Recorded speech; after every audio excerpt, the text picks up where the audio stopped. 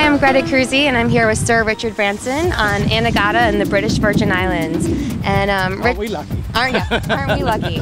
And we're here actually as part of the BVI Kite Jam, and as far as kites and wind, and I understand that you're doing a lot with the tourism board and a lot of things just here locally to promote conservation. Can you tell me a little bit about some of the things you are working on, whether at Necker Island or with the area in general?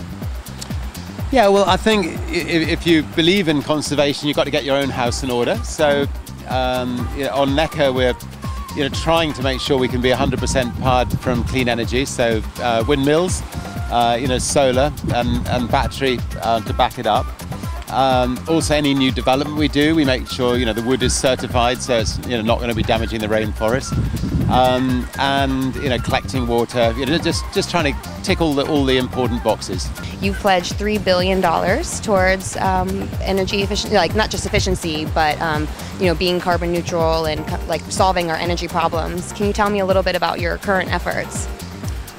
Well, I mean, we have a number of dirty businesses, the airline business, which emits a lot of carbon. So we decided that the profits that we made from our dirty businesses should be invested in trying to develop clean fuels. So, so we're trying to come up with fuels that we can use on our planes, our trains, our other businesses that do not emit carbon. And I think we're having some success on that.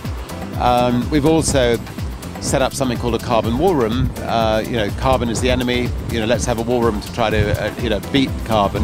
And the war room is there to look at every single way in which carbon can be beaten. And so we're looking at the airline industry, we're looking at the shipping industry, we're looking at cities, and then we're just trying to recommend all the best ways to attack carbon. What do you see as the future for energy? I suspect that it'll be something like algae, which is something you can grow very quickly.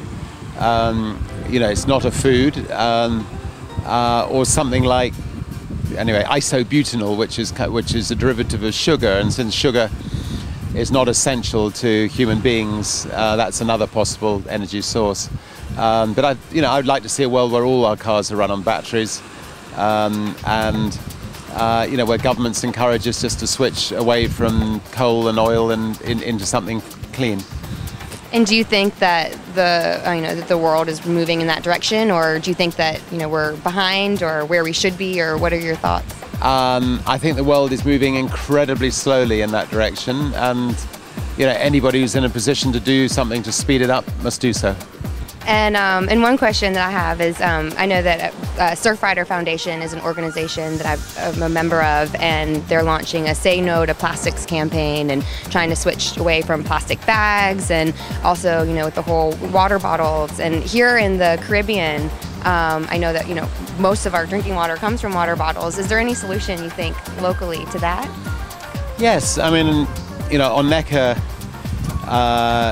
we've got rid of plastic bottles, and basically we take the water from the sea, we put it through a filtration system.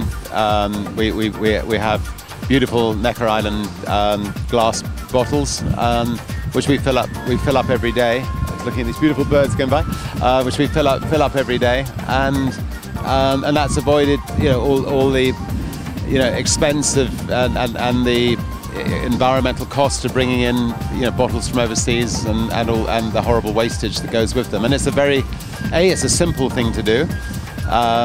B, it's much more cost effective, and it's really good for the environment. So it's something which I suspect will catch on, and more people will do it.